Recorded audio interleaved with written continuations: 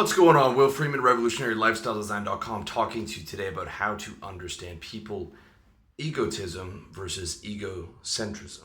They're two different things. They are often confused, but they are two very different things. And understanding both of those polarities of human nature makes it so much easier to understand where people are coming from, as well as to be able to predict their behavior. Okay, so the reality is everyone has an ego, okay? Unless you're an enlightened being living in Christ consciousness and have identified with the entirety of the universe, as opposed to just yourself in this physical body, you have an ego, all right? People will tell you that they do things without an ego or that they've moved beyond their ego, but they haven't, okay? Some exceptional beings have. They are the 1 in a billion enlightened saints and sages of our history. At least that's my belief. You don't have to believe that. But everyone else is operating on human instincts, moving towards pleasure and away from pain.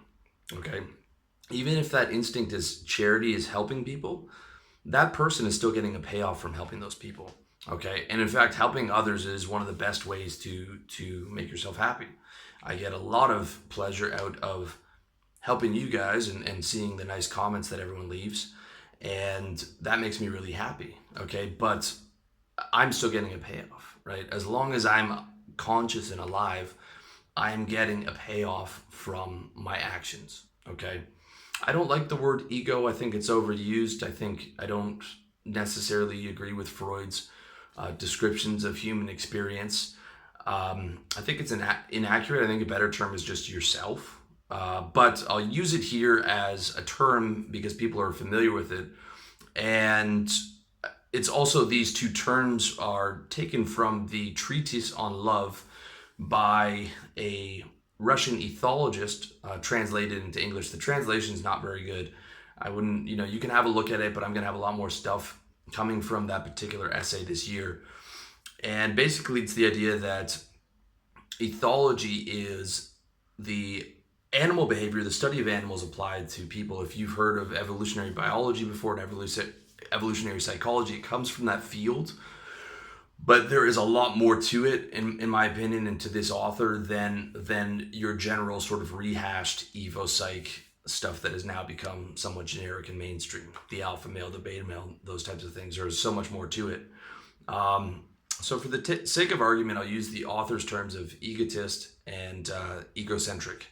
Okay, an egotist is someone who is aware of their place in the world and will fight for it. On the extreme, you would probably call them a sociopath when they have very low empathy and they basically look at people as ATM machines. Like, what buttons can I push on this person to get this particular reaction, or what can, people just exist to be manipulated. But that's not actually egocentric. Egocentric is a person who literally, although mostly unconsciously, acts as if the world revolves around them. The egotist knows very well that the world doesn't revolve around them. They see the world as a struggle for their own instincts, and they take a lot of time to understand other people's behavior. The egocentric person doesn't even think to understand the other person's behavior. They think, albeit subconsciously, that the world revolves around them. A lot of time they can't understand why the person is getting mad at them. They will have a response, something like, how could you do this to me? Right? Instead of thinking about, well, what were the particular actions that I did that are causing this person to be angry? Okay. Most people tend towards one pole or the other. Okay. The vast majority of people are not extreme egotists or not extremely egocentric. Although there are plenty of examples of those. A lot of, politicians and business leaders will fall towards the egotist side, and a lot of the actors and musicians and those types of people will fall towards the egocentric side. Okay. The worst people in the world fit those extremes. And when that's combined with the characteristic of low empathy, you have the, Hitlers and, Stalin, Hitler, Mussolini, those are the extreme egotist side, and extremely egocentric people will also do a fair amount of damage when they have low empathy. So, but I'm just using these two terms not specifically for the poles, for the extremes, but just to understand which way because everyone tends towards one or the other, okay? Towards egotism or towards egocentrism. Myself included, you included. So to break down egotism further, an egotist understands people well, but still puts themselves above others. It's an attribute of high rank in the ethological sense of humanity, in the sense that they have an inborn high rank. Like I am, any type of a leader will oftentimes see themselves that way and put their interests first while still understanding people and how to get what they want out of those people. Okay. Egocentrism, on the other hand, is the inability to wish to put oneself in another person's place. Like, the expression to stand inside another person's shoes. The egocentric person either doesn't think about it or has no interest in putting themselves in someone else's shoes. Okay?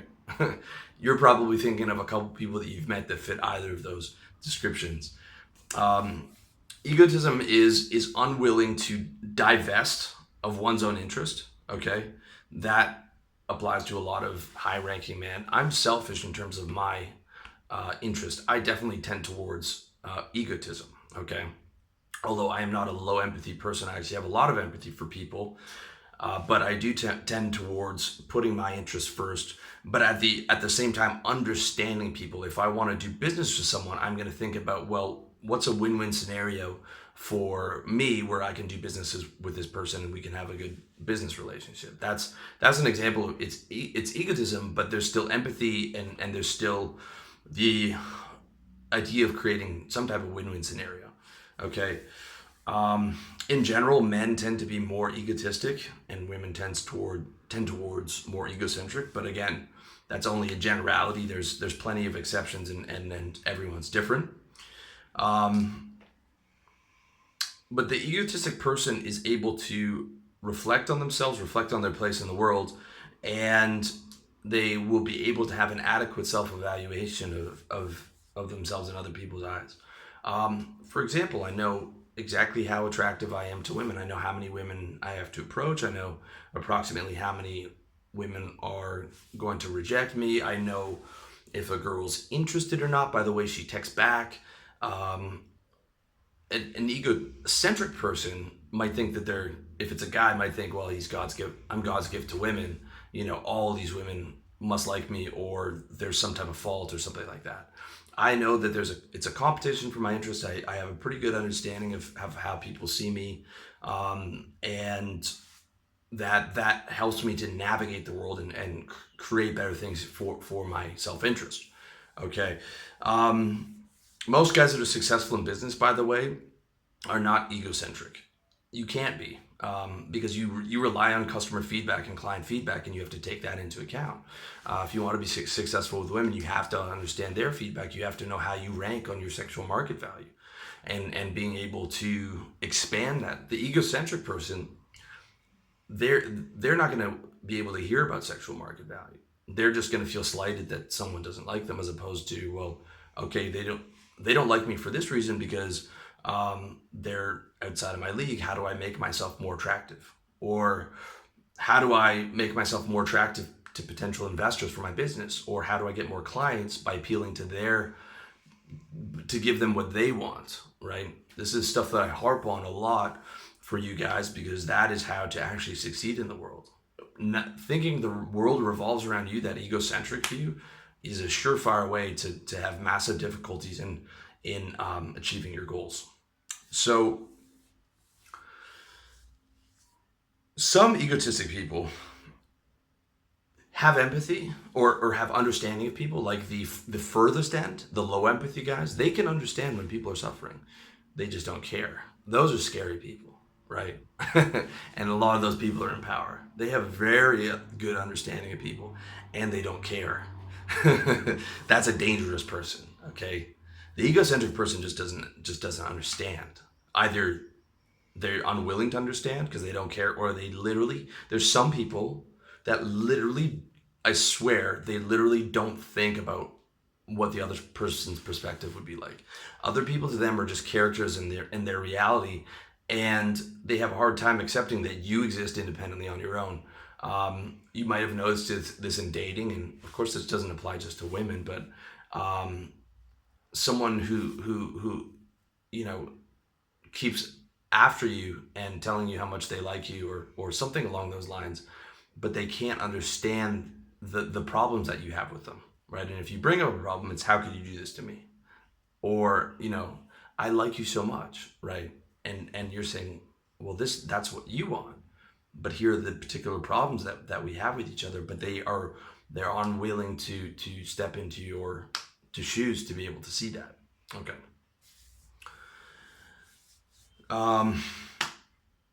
The egotist regards the world as a scene for fighting for his interests. I'll admit, I do look at the world this way. There is a lot of, half the world is cooperation, all those good things and charity and all that, but half of it's competition. Okay, I'm talking to you from a relatively comfortable lifestyle because I competed really hard to get here. And I pulled myself out of working jobs that I hated. And if I hadn't competed, and if I hadn't put myself into this marketplace of ideas and competed and now have your attention, if you're watching this, I never would have been able to have the kind of life that I wanted. So that's a reality, okay? And that's egotism in a nutshell, okay? Someone who sees the world as a place for his interest and is willing to compete. The person with zero or very low empathy is willing to do almost anything and disregard others' feelings, even though they know how those people are feeling. Most of those people came from traumatic childhoods, by the way. When you're trying to understand those people, it's like they didn't have love from their parents, so they learned not to have love for other people. Like by the age of 10 or 12, those really bad guys, those really super egotistical, low empathy, dark triad, super Machiavellian guys, by the time they were 12, they were a little monster, right? They were a machine pressing buttons to get people, to get what people want, to get what they want from people. And by the way, I've worked with a few of those guys in sales. I worked with one guy who invented fake children that he would talk about on his phone calls. If the clients had children, he would go back to and he had this whole narrative of his fake children. He also had, if the client said they were vegan, he said he was vegan. Whatever he had to say. And this was a guy that if you just spoken to him, seemed like a super nice, pleasant, agreeable guy. But I mean, total sociopath. And there are a lot of people like that out there. He eventually got fired because his brother worked at another company and he was stealing the company leads and database and giving them to his brother because, like I said, the guy's a sociopath. So the extreme egotist, you'll see them in business, you'll see them in politics, you'll see them in sales. A lot of them can be very successful because they learn how to hide and manipulate and have very little empathy for people. On the other end is the egocentric, okay? Someone who has no understanding or very little concern for understanding other people. The egotist understands people. The egocentric doesn't, okay? The egocentric person only thinks of their own problems or concerns and doesn't even think about what other people... They would make oftentimes terrible salespeople because they don't know how to give people what they want. The egocentric regards the world as society people in love with them, right? And that other people are naturally concerned about their problems. They're the type of people that send me emails in all caps, a title in all caps about an urgent problem that must be solved right now, usually about a girl, and send me an essay worth of questions that I need to solve right now for them, without any regard for my time or my business, to the fact that I'm running a business. Okay. Part of the reason I took my email off my website from comments like those. Okay. Now that's a very small minority of my audience. I know that. But those people do exist, as opposed to someone who would, if I'm reaching out to someone, I'll say, hey, what's your rate? Love your site, love what you're doing. Great products and stuff. What do you charge per hour? Love to talk with you, right? Because I understand where that person's coming from. I understand that's their business, right? The egocentric person just says, this is an urgent question. I need help with this right away. Because in their mind, they think that other people care as much about their interests as they do. Okay. It's not just women, but you do, one might say, the author says, let's put it that way, that you find this more often in women. Now, those egocentric people, they might seem nice. You might not realize it until their environment demands a sacrifice and their true colors are shown. Like if you're working on a project, or I had an HR manager who was exactly fit that bill. She seemed super nice. She was always doing things for other people, but there were major problems in her work. She also ran the office, and if those problems were brought up, it was, how could you do this to me, right? It was immediately like very clear that she couldn't understand other people's interests. All she saw was that she was being attacked, and then it was like, well, I'm trying to be nice to everyone. How can you attack me? Even when you went out of your way to just really gently go around the situation and say, hey, look, my client's consistently not getting their orders fulfilled, what can we do to solve this? I'm happy to chip in on my end, that type of thing.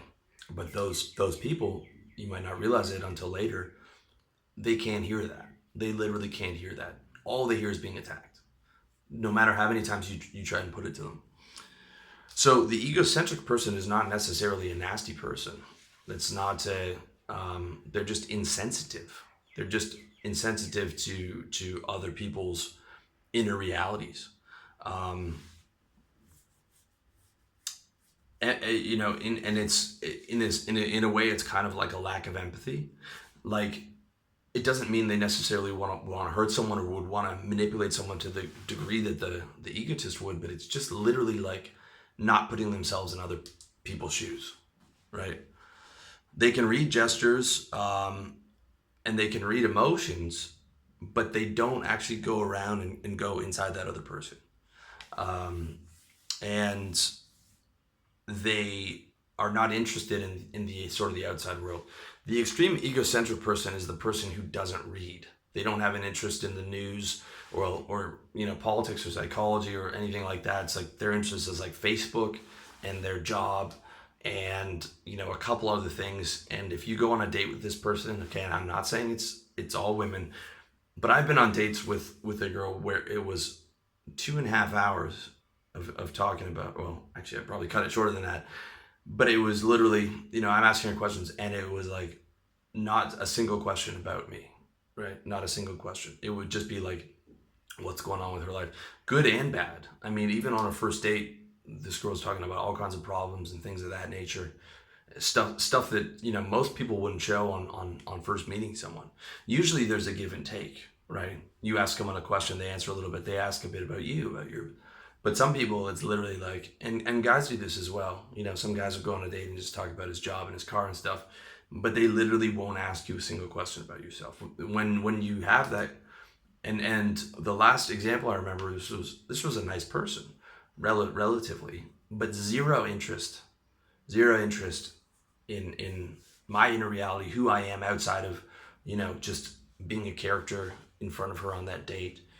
A lot of these people don't have any interest in like the world around them, or what happens after you die, or psychology or philosophy, and they think, if you want to talk about those things, they think, well, why are we talking about this, right? Their interest is just right here, just whatever's just right in front of their face. Okay, so it's like Freud using narcissist as the example. Narcissist is not the egotist. It's actually the egocentric person in love with their reflection. And they assume that other people are, if not in love with them, but they are as interested in themselves and their reflection as they are. Okay? And I fall very far away from egocentrism. I really don't, outside of these videos, I really don't care too much about talking about myself. If I'm sitting down with someone, I'm more interested in them. I'm interested in how they think, how they work, because I can always learn something from people. And I know that if I'm on a date or if I'm selling someone, the best sales or the best date is when they're talking 70%, because then they start to feel comfortable and they open up, and then now you can actually connect with someone. I'm happy to sacrifice talking about myself. I actually don't even find talking about myself all that interesting to a degree, because I already know all that stuff. I already know about myself. I'm interested in, I might be excited about certain things, but I'm as much interested in hearing about other people. And I definitely am always feeling what other people are feeling. I always have that empathy sort of can't be turned off. I can always tell what people are feeling. I can see how they're responding to that. I can calibrate myself to the person I'm speaking with. The egocentric person is the opposite. And I would say I have much less of that than I do towards the egotist side. An egocentric person, though, the author makes the case that an egocentric person can be an egotist, which I agree with to some degree. But that person is going to be an absolute monster. That's a person who can read people really well, but also doesn't empathize with them or experience life from their perspective. They just have learned the gestures and the behaviors and the mimicry very well, but they still feel like they're the center of the universe type thing. Those are dangerous people, by the way. The author also makes an interesting point that egocentric people are robbed in a crowd more often and they don't notice or feel anything. This is very true. If you ever walked around with an egocentric person, they have no idea of the people around them.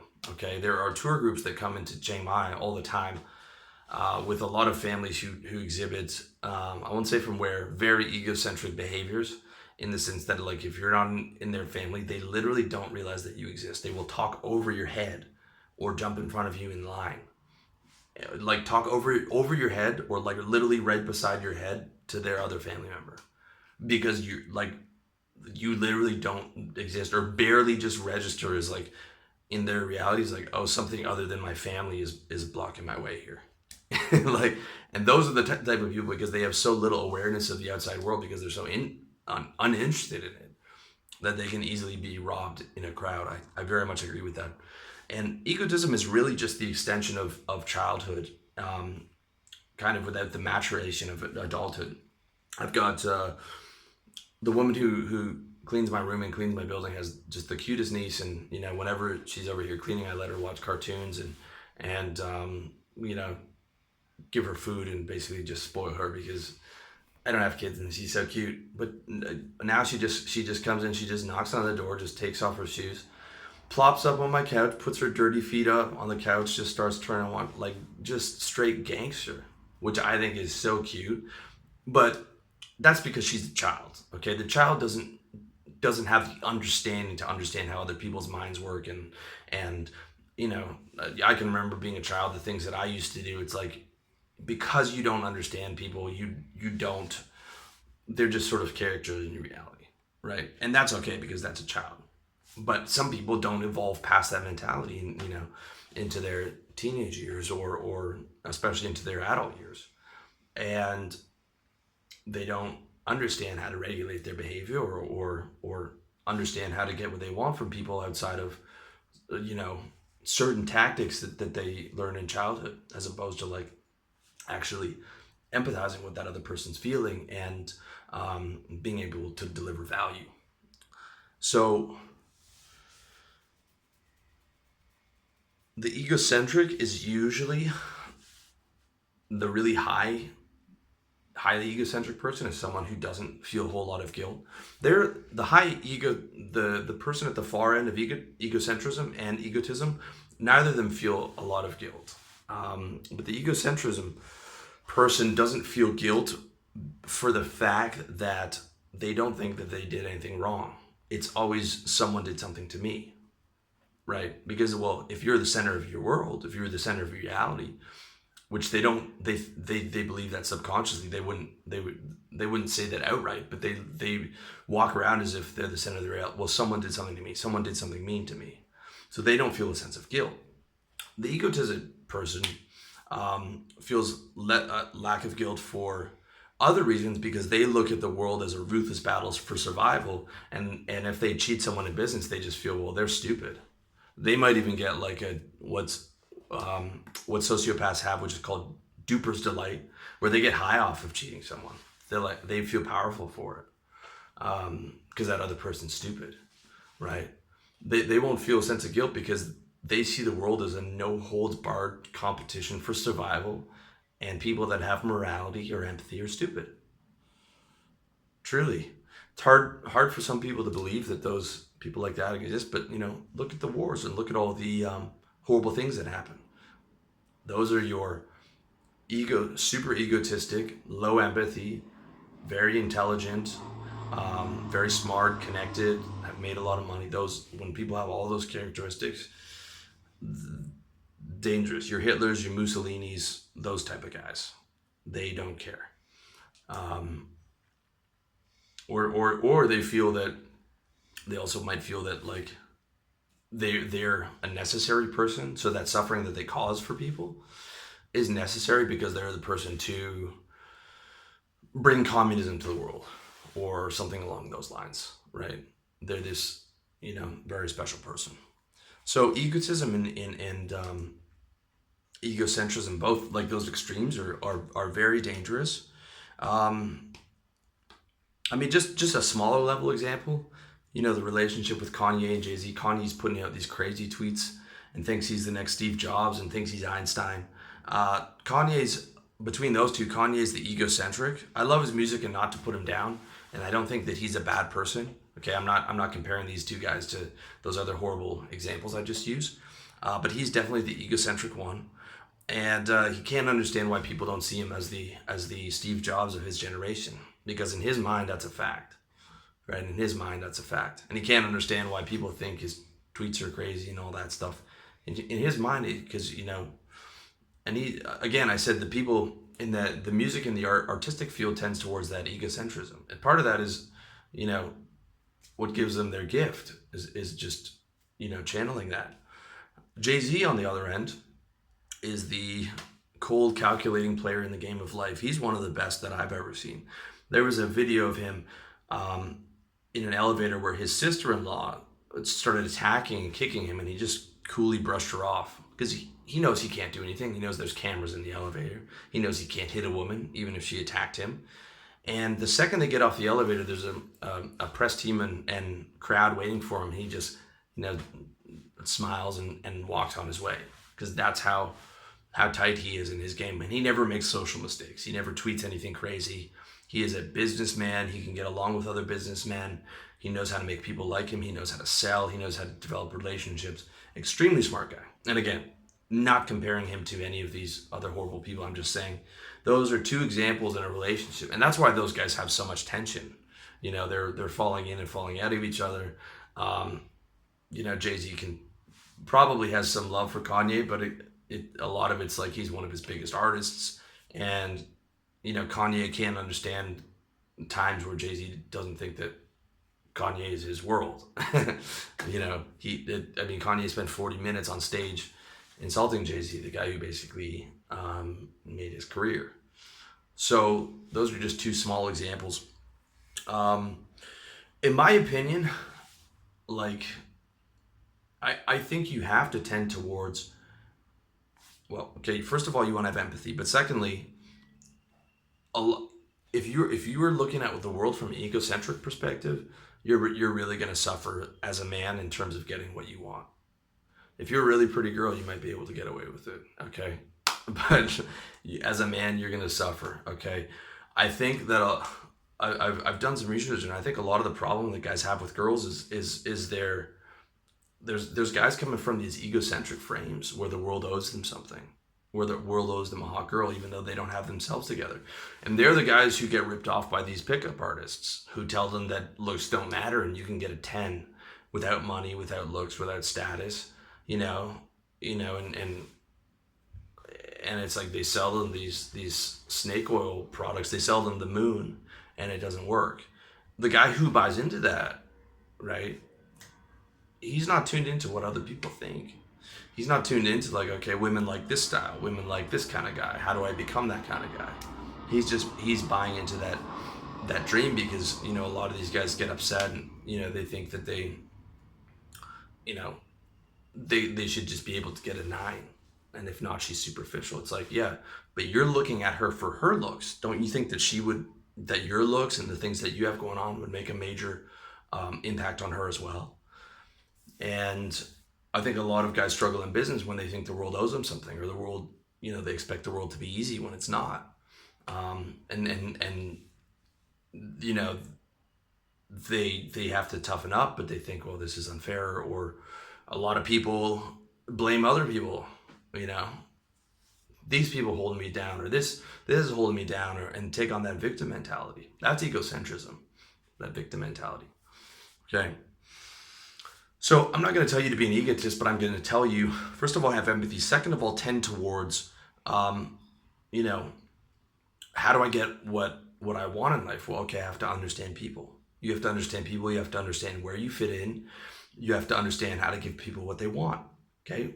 I'm not saying cheat people. I'm not saying not have empathy. I'm saying have empathy, create win-win scenarios for sure. But understand you have to compete in business. You have to get clients by giving them what they want. You know, you have to give women what they want to a certain degree, right? You have to dress well, look good, smell good, be charming.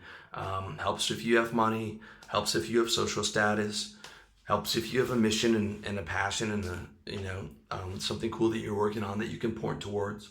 Helps if you have goals, okay?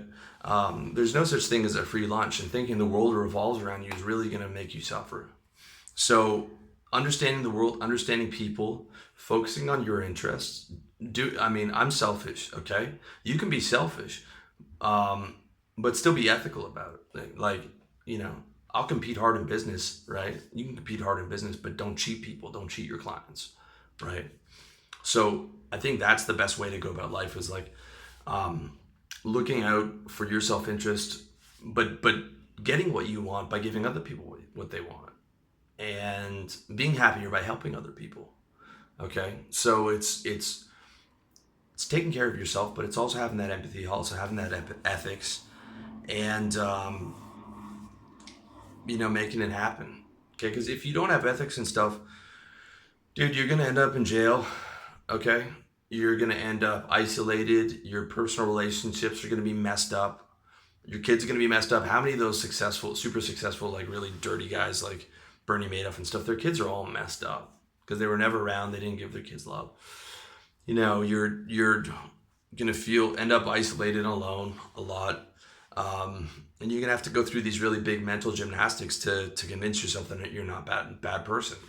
If you're egocentric, on the other hand, you're not going to be able to get what you want. You're just going to be constantly frustrated that people don't see you as the center of the universe. So, moral of the story is, look out for your own interest. Okay to be selfish. Just get the things that you want by adding value to other people, creating win-win scenarios, making your clients happier, solving problems for your clients, making yourself more attractive to women, adding value to your friends, adding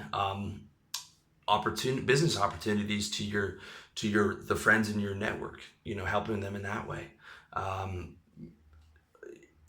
Like giving value to get value, right? That's a beautiful thing. That's something where everyone wins. And it's okay to be selfish about it, but